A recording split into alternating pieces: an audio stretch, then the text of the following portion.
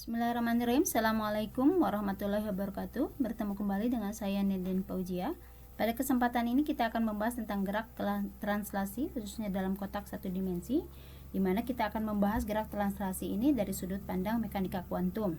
Dan penerapan teori kuantum untuk gerak translasi ini mengungkapkan asal-usul dari kuantisasi dan fitur non-klasik seperti tunneling dan zero point energy atau ZPE.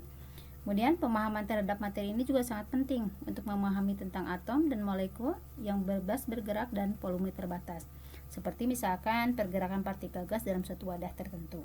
Nah, untuk memahami materi ini, kita sebelumnya harus menguasai tentang pengetahuan tentang fungsi gelombang berikut solusi dari persamaan Schrödingernya, dan menguasai teknik untuk menurunkan sifat dinamis dari fungsi gelombang dengan menggunakan operator yang sesuai. Jika kita bicara tentang partikel, baik atom ataupun molekul yang bergerak bebas dalam satu dimensi, maka kita harus mengingat kembali tentang bentuk persamaan Schrödinger satu dimensi yang dapat dinyatakan sebagai berikut. Dan kalau kita melihat bahwa dia merupakan partikel yang bergerak bebas, artinya dalam dimensi tersebut tidak ada energi penghalang, energi potensial penghalang, atau energi potensialnya bernilai 0. Sehingga bentuk persamaan Schrödinger satu dimensinya berubah menjadi bentuk seperti ini akibat bagian yang Vx-nya menjadi menghilang karena bernilai 0, dan ini merupakan persamaan Schrödinger satu dimensi untuk partikel yang bergerak bebas.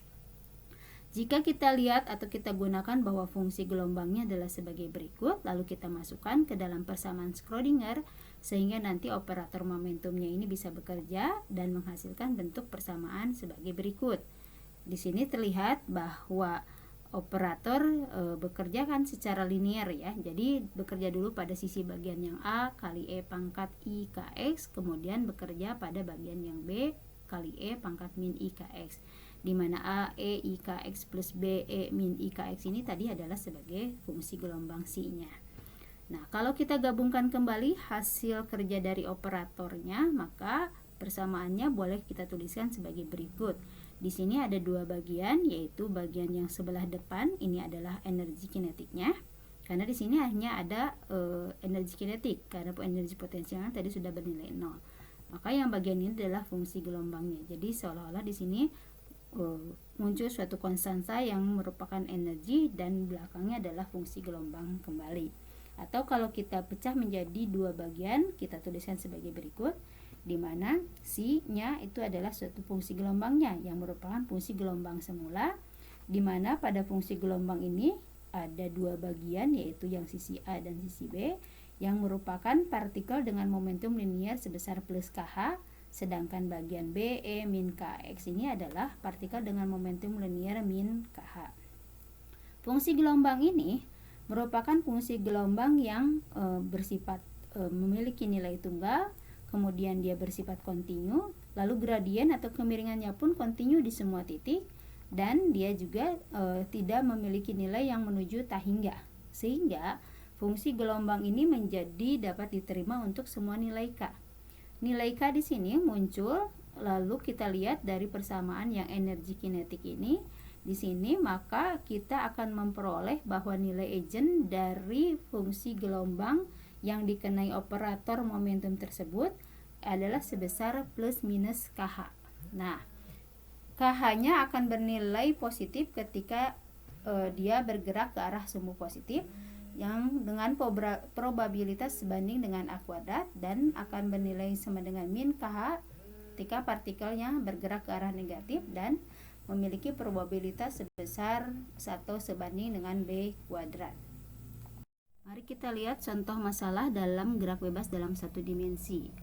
Di sini kita misalkan sebuah elektron yang muncul dari sebuah akselerator yang bergerak menuju X bernilai positif dengan energi kinetik sebesar 1,0 elektron volt, di mana satu elektron volt ini sama dengan 1,602 kali 10 pangkat min 19 joule. Dan kita diminta untuk menentukan nilai K pada fungsi yang gelombang yang menunjukkan pergerakan elektron tersebut, yaitu elektron yang tadi menuju X positif. Nah, di sini kita lihat bahwa fungsi gelombang itu secara umum kan dinyatakan sebagai berikut.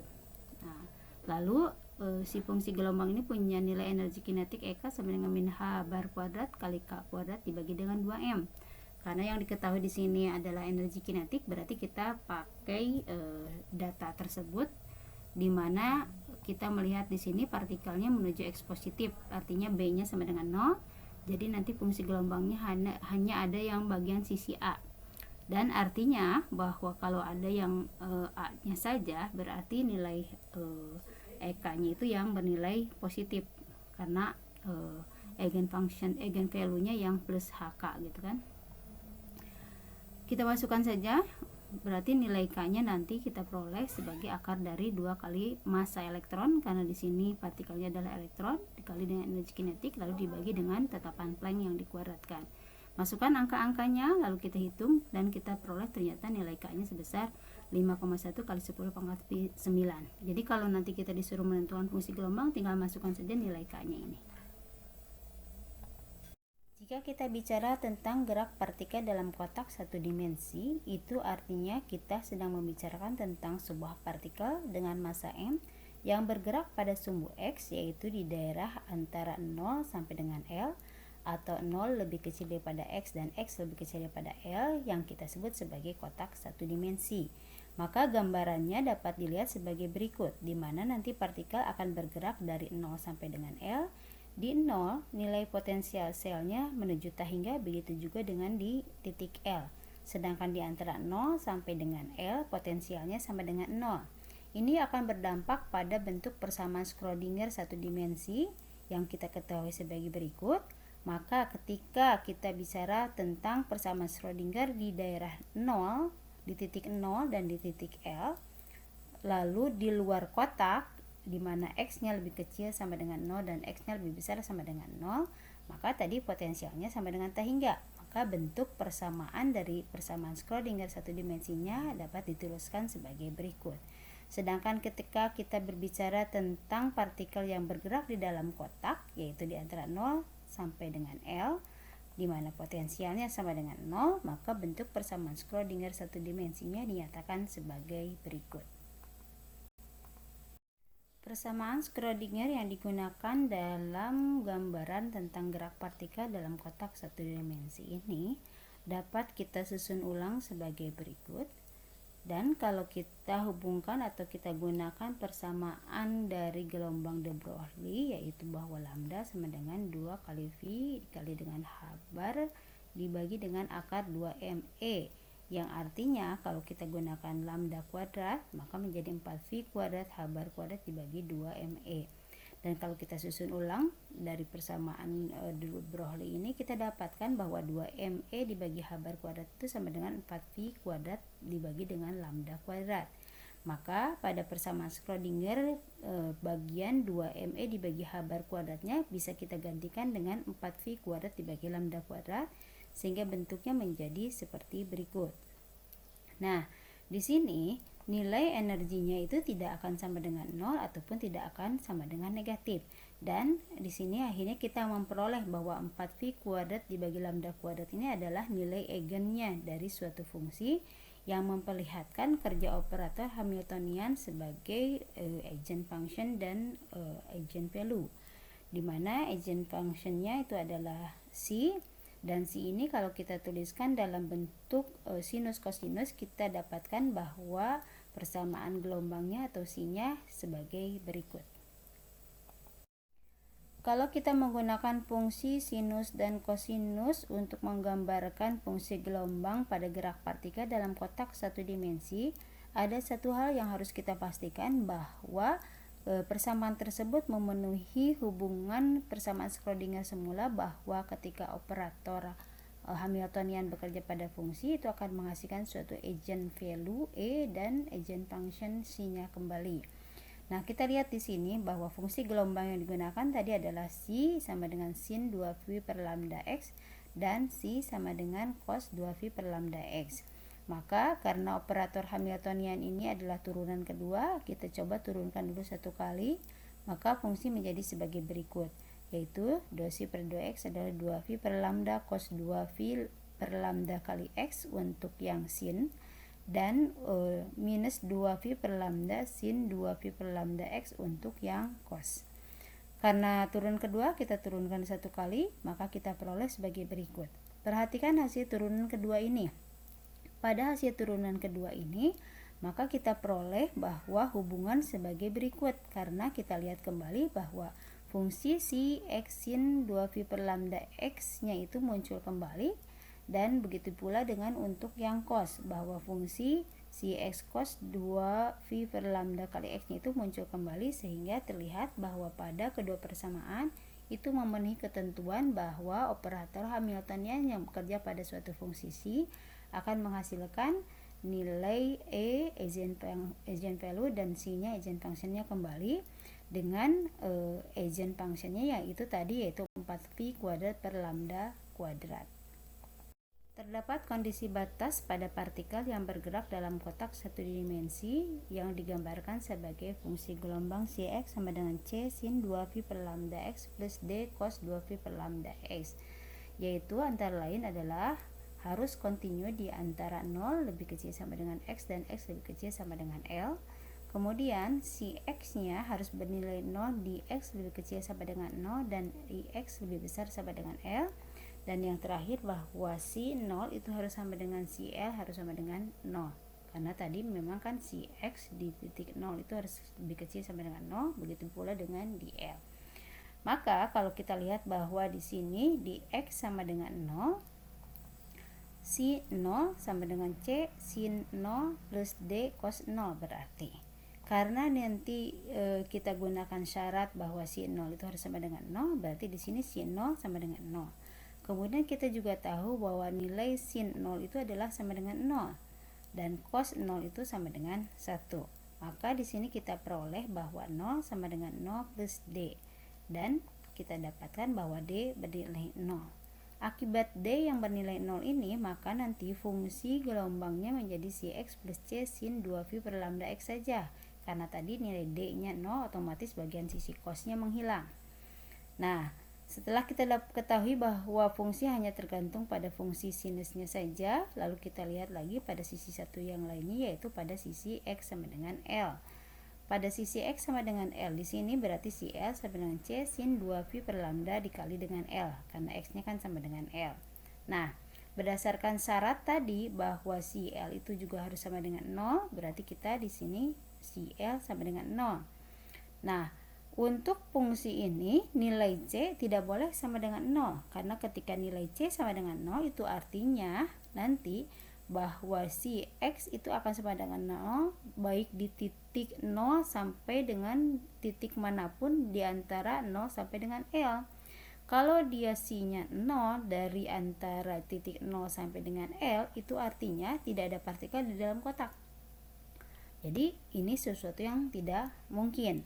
Karena tidak mungkin C ini bernilai 0, artinya nanti yang bernilai 0 adalah dari sin 2VL per lambda-nya. Berarti di sini sin 2VL per lambda sama dengan 0, dan karena nilai sin yang bernilai 0 itu adalah sin n kali V, berarti nanti 2VL per lambda itu sama dengan NV. Dimana di sini n-nya adalah 1, 2, 3 dan bilangan seterusnya, bilangan asli yang seterusnya.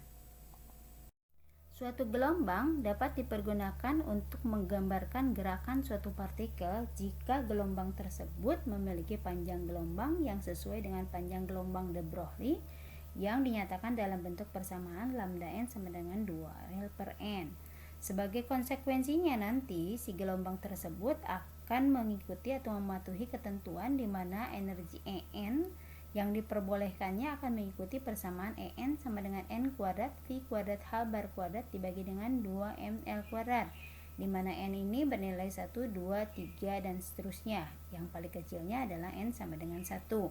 Karena yang paling kecilnya n sama dengan 1, maka ketika n sama dengan 1, nanti di sini dia berada pada level yang paling rendah. Sedangkan n sama dengan 2 lebih tinggi dan n sama 3 lebih tinggi lagi. Untuk n sama dengan 1-nya nanti E1 berarti sama dengan V kuadrat H bar kuadrat dibagi dengan 2mL kuadrat, dan ini merupakan energi yang terendah. Namun energi terendah ini tidak bernilai 0. Nilainya selalu lebih besar dari nilai 0 energi potensial sistemnya.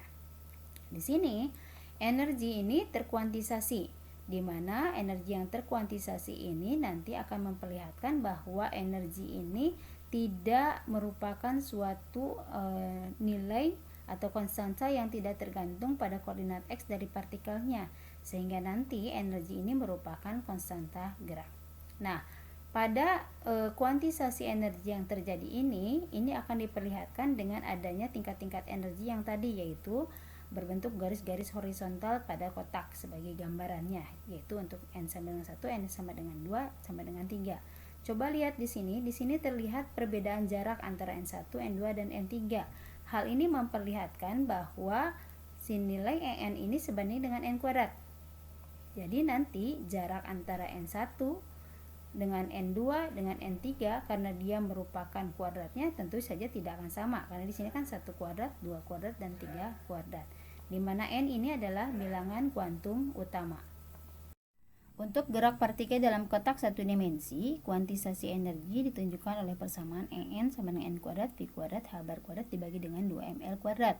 Dan kita sudah mengetahui bahwa tingkat energi ini akan tergantung pada tingkat letak tingkatnya masing-masing, apakah 1, kedua, ketiga, dan dia merupakan N kuadrat, sehingga nanti ketika ukuran kotaknya sama, tingkat energinya akan sangat ditentukan oleh kuadrat dari tingkat energinya tersebut. Namun di sini juga terlihat bahwa En ini berbanding terbalik dengan 1/L kuadrat. Jadi ketika dia panjang kotaknya sama, bentuk kotaknya seperti ini, tadi ditentukan oleh tingkat energinya N1, N2, atau N3, sehingga nanti ada selisih delta N-nya itu jauh antara N1 ke N2 dan N2 ke N3. Namun ketika panjang kotaknya berubah, mungkin seperti ini, maka terlihat bahwa tingkat energinya menjadi hampir sama atau bisa mungkin sama, tergantung pada lebar kotaknya. Dan apalagi kalau misalnya bentuk kotaknya seperti ini, di mana lebar kotak di tingkat energi pertama itu sangat sempit, lalu melebar ke tingkat energi kedua dan seterusnya. Bahkan ketika dia semakin lebar, nanti tingkat energinya malah semakin dekat dan mungkin bisa semakin rapat, sehingga pada jarak yang tak terhingga nanti si tingkat energi ini mungkin berdempet. Salah satu contoh di mana lebar lintasan daripada partikel yang beredar itu tidak sama, contohnya adalah pada gerak pendulum berayun. Di sini, pada pendulum berayun, jika kita beri energi yang semakin besar, maka lintasan ayunnya yang dihasilkan akan semakin besar. Artinya, pendulum berayun di lintasan lebih panjang jika energinya lebih tinggi. Di sini kita melihat bahwa ketika beberapa sistem memiliki ukuran partikel kotak tertentu, maka si energi totalnya itu akan mengikuti ukuran kotak suatu partikel tersebut.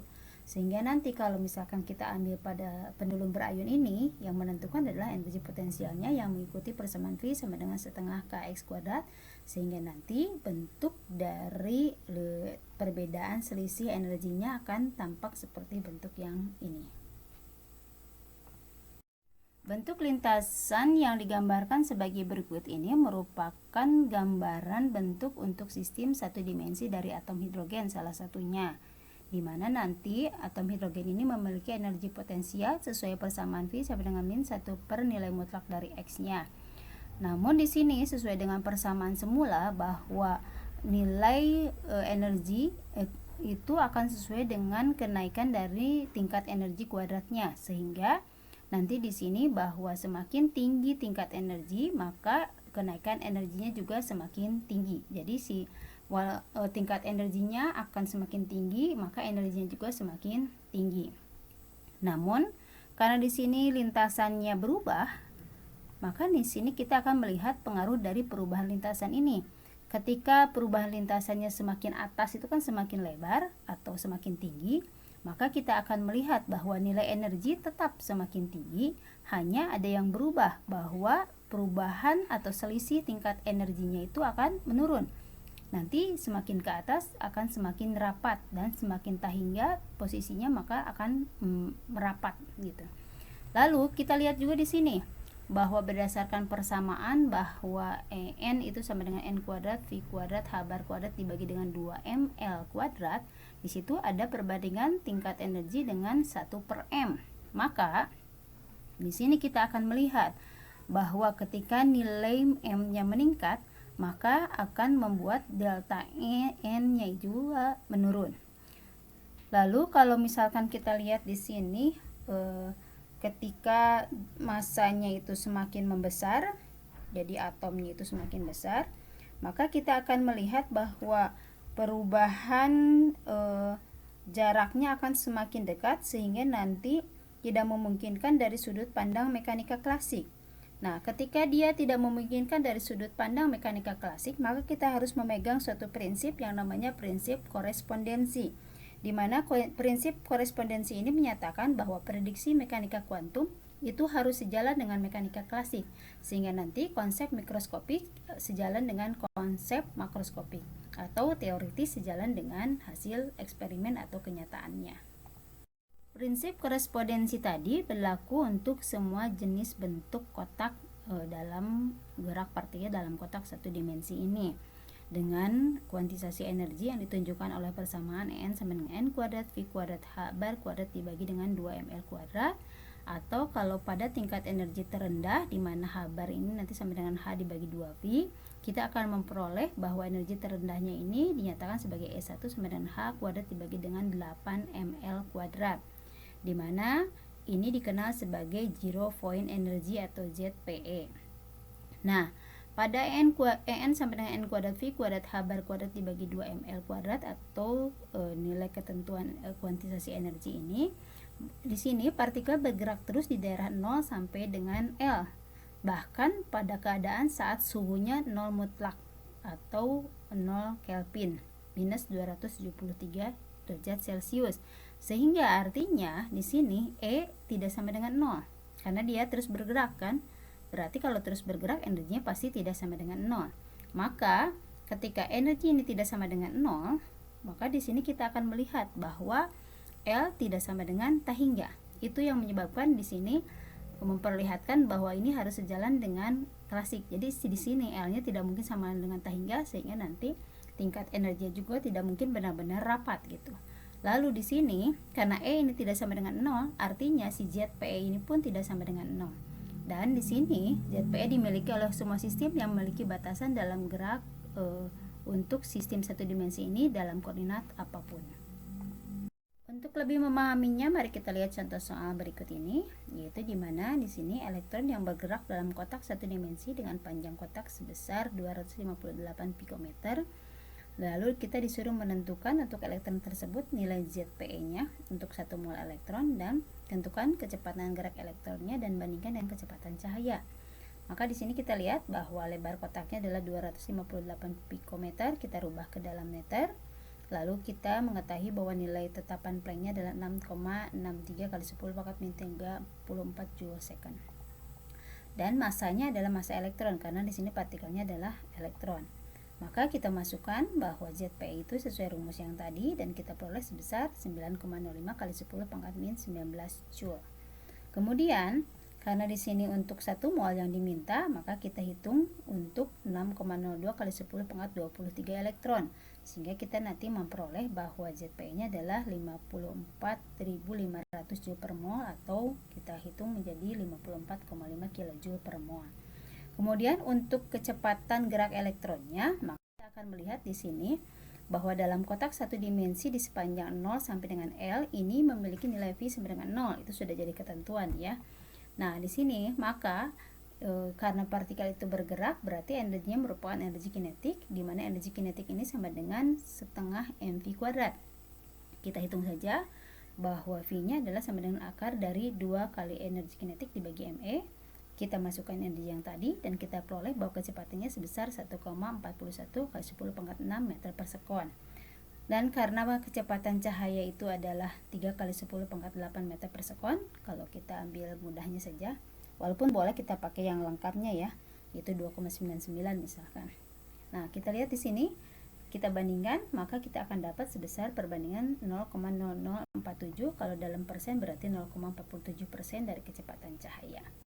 Kita lihat contoh soal yang kedua, yaitu di mana partikel dengan massa 2,11 kali 10 pangkat minus 26 gram dalam suatu kotak satu dimensi dengan lebar 1,29 nanometer dan kita disuruh menentukan frekuensi dan panjang gelombang dari suatu foton yang teremisi ketika partikel berpindah dari tingkat energi ketiga ke tingkat energi yang kedua. Maka di sini kita lihat ada beberapa informasi yang kita peroleh dari soal, yaitu antaranya lebar kotak, nilai H-nya yang kita cari berdasarkan data. Kita di sini gunakan 6,626. Boleh juga pakai 6,63 ya. Lalu masanya kita rubah kedua ke dalam kilogram. Lalu berdasarkan hukum kekekalan energi dari foton itu kan Hv. Maka di sini energi dari foton Hv itu akan sama dengan selisih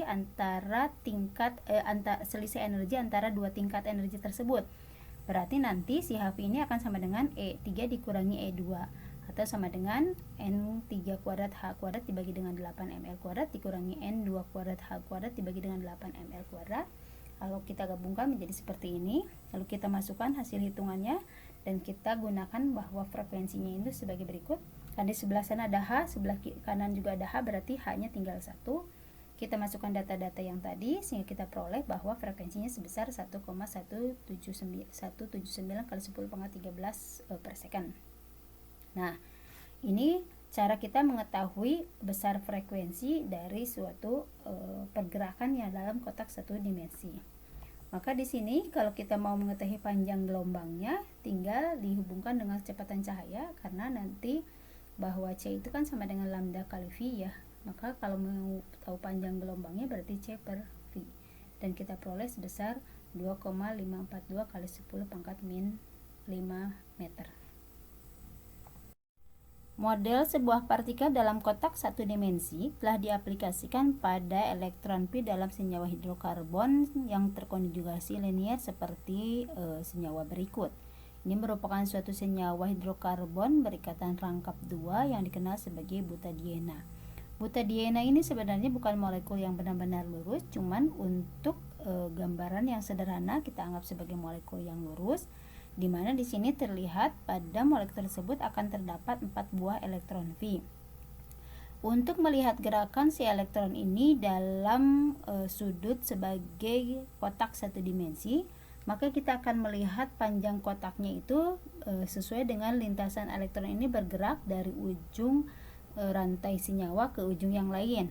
Maka di sini kita lihat bahwa di sini ada dua ikatan V yang memiliki panjang ikatan masing-masing 1,35 Armstrong, lalu yang ikatan tunggalnya dengan panjang 1,54 Armstrong, dan di sini bahwa ujung kiri dan ujung kanan itu masih cakupan radius karbon yang memiliki panjang masing-masing setengah dari 1,54 Armstrong, jadi setengahnya dari yang ikatan tunggal. Maka panjang lintasannya kita anggap sebagai L, yaitu sebesar 5,78 Armstrong total dari semuanya. Kemudian untuk menentukan nanti hasil penentuan dari energinya ini, kita lihat atau kita ingat kembali prinsip larangan Pauli dari yang kita pelajari di kimia dasar untuk elektron yang mengisi pada orbital tersebut, di mana prinsip larangan Pauli menyatakan bahwa orbital hanya boleh diisi oleh dua elektron yang spinnya berlawanan. Jadi ketika misalkan salah satu elektron nanti akan tereksitasi atau loncat ke tingkat energi yang lebih tinggi, maka nanti dia akan meninggalkan tingkat energi yang lebih rendah lalu naik ke tingkat energi yang lebih tinggi, dengan ketentuan bahwa En itu nanti mengikuti persamaan ini.